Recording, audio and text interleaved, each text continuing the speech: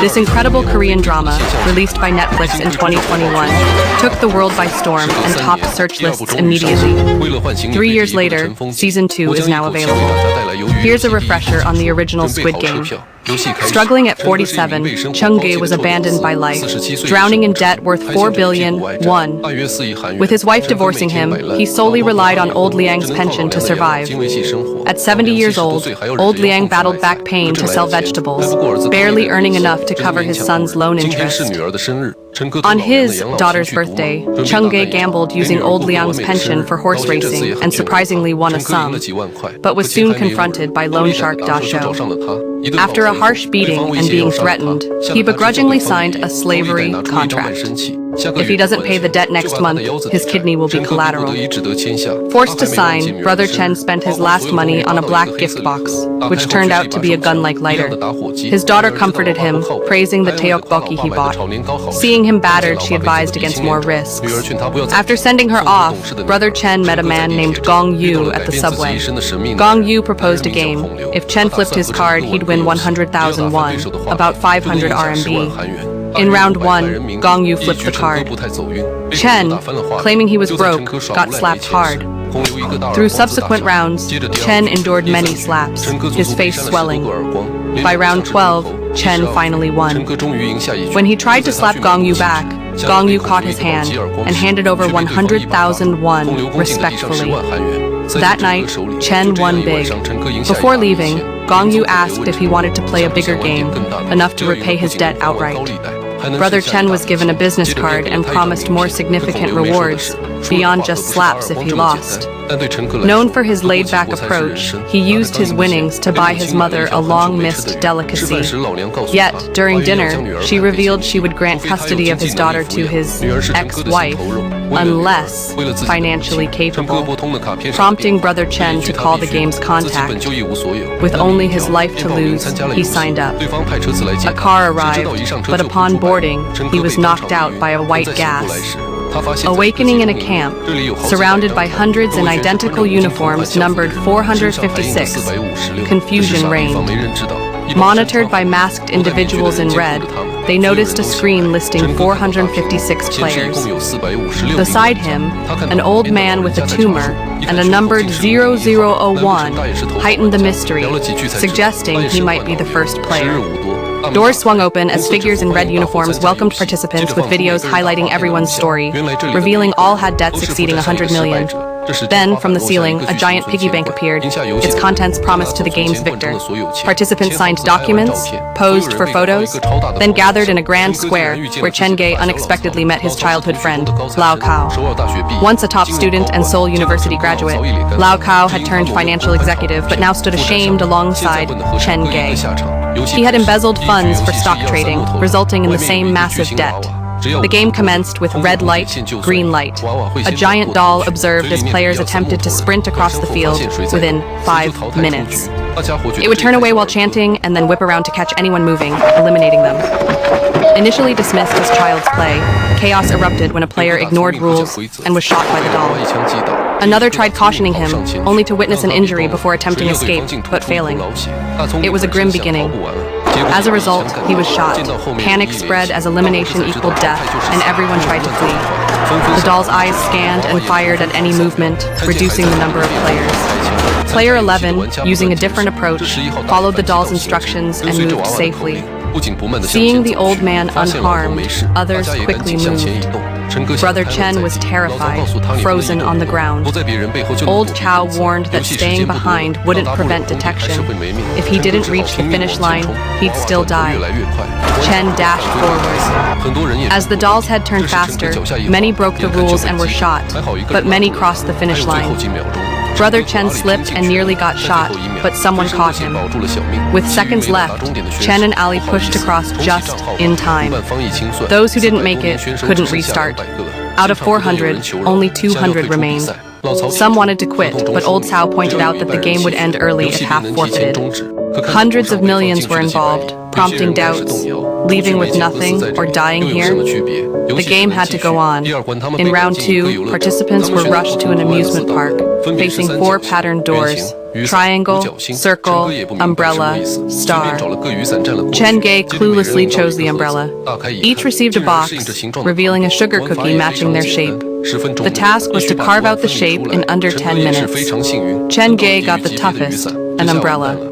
One man panicked, shattered his cookie, and was shot by a red-clad referee. Players thinned out. Triangle was the easiest. Ali got circle and passed by luck. Chen Gay was not as fortunate, so frightened he urinated. With a minute to spare, his sweat dripped onto the cookie, sparking an idea. It's just sugar. He began licking the cookie frantically. Others, stunned, followed his lead. In the last seconds, Brother Chen separated the pattern successfully, while those who didn't were eliminated. Only 79 individuals remained, with the prize pool reaching 30 billion. The upcoming challenge is tug of war, and Brother Chen was unfortunately placed in a team with the old, weak, sick, and disabled.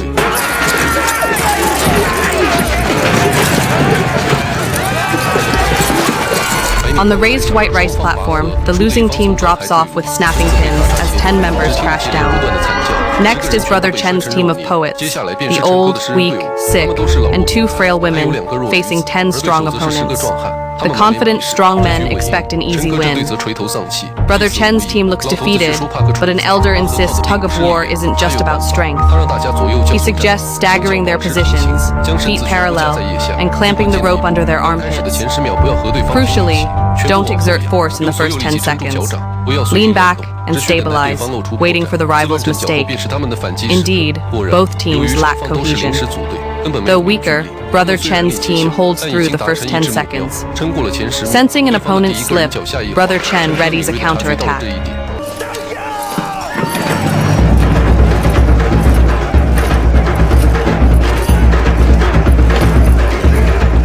As everyone pulled with determination, the victory flag moved slightly, showing the real strength of unity when lives were on the line. The strong men recalibrated their stance, using all their energy to regain ground. Brother Chen's team, realizing their limits, grew anxious. Ol Hao then yelled to advance 3 steps, a move that seemed counterintuitive. He explained it would cause the other team to stumble.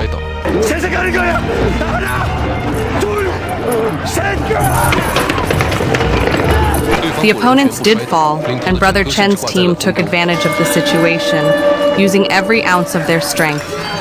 In that fleeting moment, they truly managed to pull the strongmen's team over. When the opponents tried to stand up, they found they had lost their balance and were dragged all the way forward, with all 10 men eventually falling down.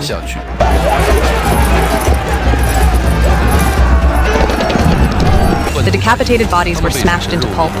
Brother Chen and his team narrowly escaped, still in shock. Chen looked at his hands, flattened to the bone. It was his first taste of the killing game. After surviving 3 deadly games, they became comrades in distress. Chen saw the old man having an episode and wrapped his jacket around the man's waist.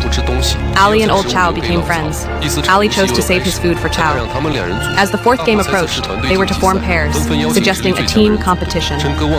Everyone invited the strongest partners. Chen looked to old Chow, but he had already invited Ali, valuing loyalty and strength. The old man approached Chen, who longed to care for him, but survival came first. Understanding, the old man walked away. Pairings were completed, a boss with his henchman Fatty, 2 girls together, and Chen partnered with the old man, unable to abandon him. Now, only a lone big sister remained. What fate awaited her? Everyone entered the arena. This place resembles old Korean alleys, reminiscent of Brother Chen and the old man's dwelling. Shock ensued when the twist was revealed. 10 marbles each, winner gets all. Instead of teaming up to cooperate, the game called for lethal competition, leaving one to die. Regret filled the air. A couple, realizing their error, regretted teaming up with their closest. Meanwhile, the boss joyfully played with the chubby guy, losing 3 marbles.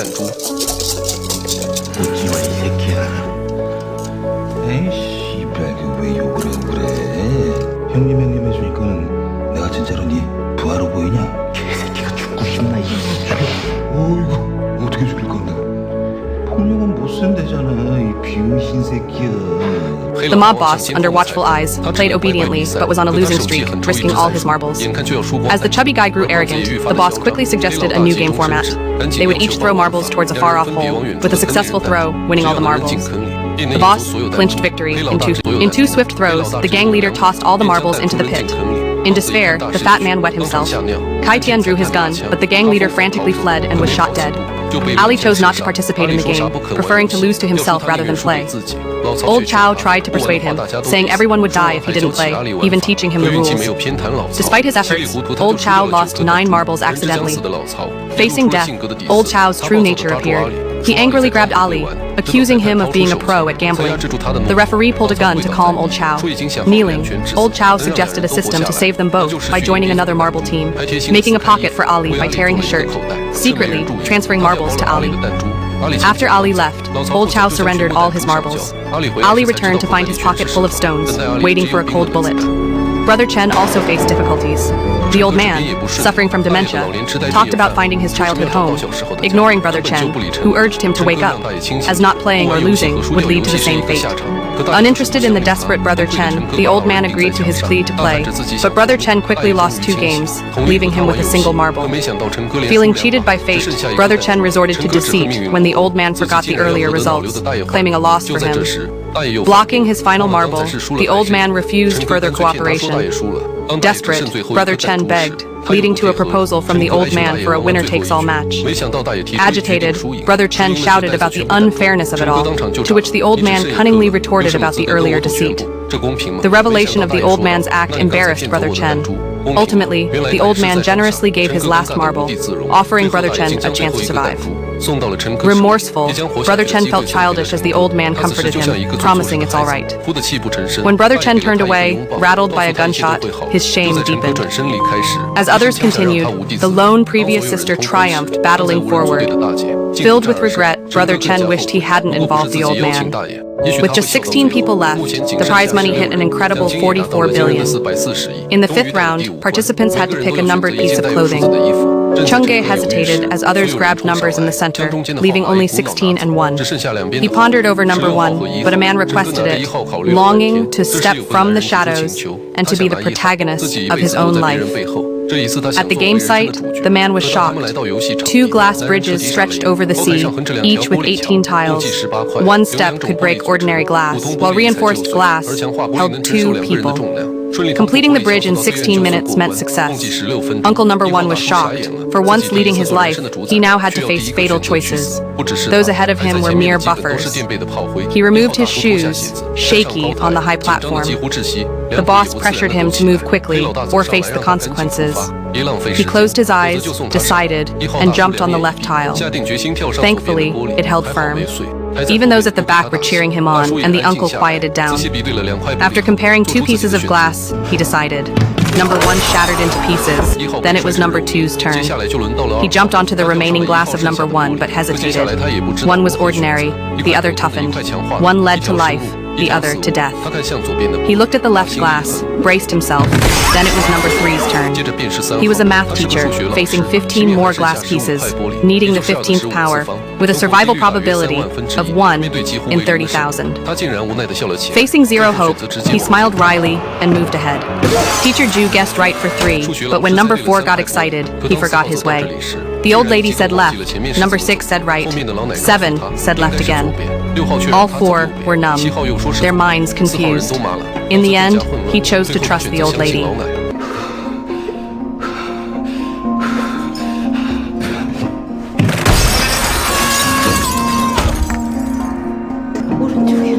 With 10 glass tiles and 11 players, victory is certain if choices are correct, but time is limited, as Lao Chao warned Chungge.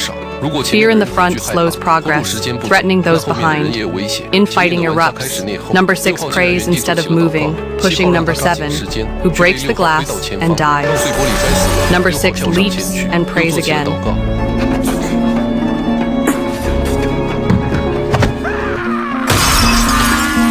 As players kept falling, only 5 minutes remained. Player 13, experienced in glasswork, took the stage.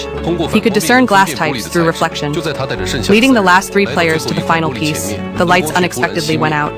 In the wind chaos, he struggled to differentiate. Old Chow jumped ahead, pushing him across. The final 3 successfully passed, and as the countdown ended, the glass shattered. The immense impact caused Chen Ke and the others to be scratched. Chen Ke stopped Lao Chao and asked him why he killed people. Lao Chao said, "Don't pretend to be noble. Do you think my life is like that?" In such a situation, you keep asking mindless questions. You, with your big brain, constantly repeat the same thing, over and over.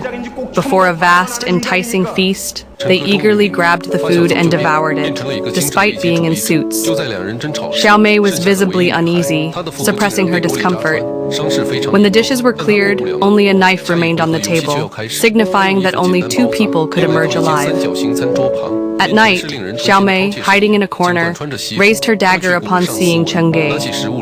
However, Chen Ge came to propose an alliance. His plan was to eliminate their sly childhood friend, Lao Chao, and split the 4 billion bounty. Yet, Xiao Mei asked Chen Ge to look after her younger brother. Just then, Chen Ge observed Lao Chao reaching his limit. He seized his dagger, ready to confront Lao Chao. Taking just 2 steps forward, the younger sister halted him, saying, "You're not like this. Don't push yourself." Chen Ge hesitated and went back. He discovered she had fainted, and her wound was bleeding uncontrollably. In a panic, he ran out for help. Moments later, the lights flickered on, not to rescue, but to mark Chen Ge's completion of the test. Old Chao had taken Xiao Mei. Despite Chen Ge's desperate cries, she never answered. Furious, Chen Ge charged at Old Chao, who prepared to retaliate. But a figure in red intervened. They faced one last trial, the Squid Game. The arena had shapes for attack and defense. Defenders pushed out opponents, while attackers aimed for the head. A coin toss decided roles. Chen Ge attacked, Old Cow defended. Blades clashed, bodies grappled, and under torrential rain, Chen Ge, driven by protagonist's luck, bested Old Cow with a decisive strike. But Chen Ge's humanity lingered. His conscience stopped him from killing. As Old Chao neared death, Chen Ge relented, sparing him. As long as both people choose to forfeit, the game can be stopped, and they can go home. But Lao Chao had already lost the will to live, and eventually, Lao Chao chose to end it, and Chen Ge took all the prize money. However, when he returned home, his mother had passed away due to diabetes. A year later, Chen Ge received a golden card. An old friend invited him to meet. Chen Ge came to a luxurious building. The person was the organizer of this game, Hei Chu. Do you remember who he is? Since Game 2 is already released, your support is my motivation to update. Like and follow so you won't get lost, Dr. Bugame.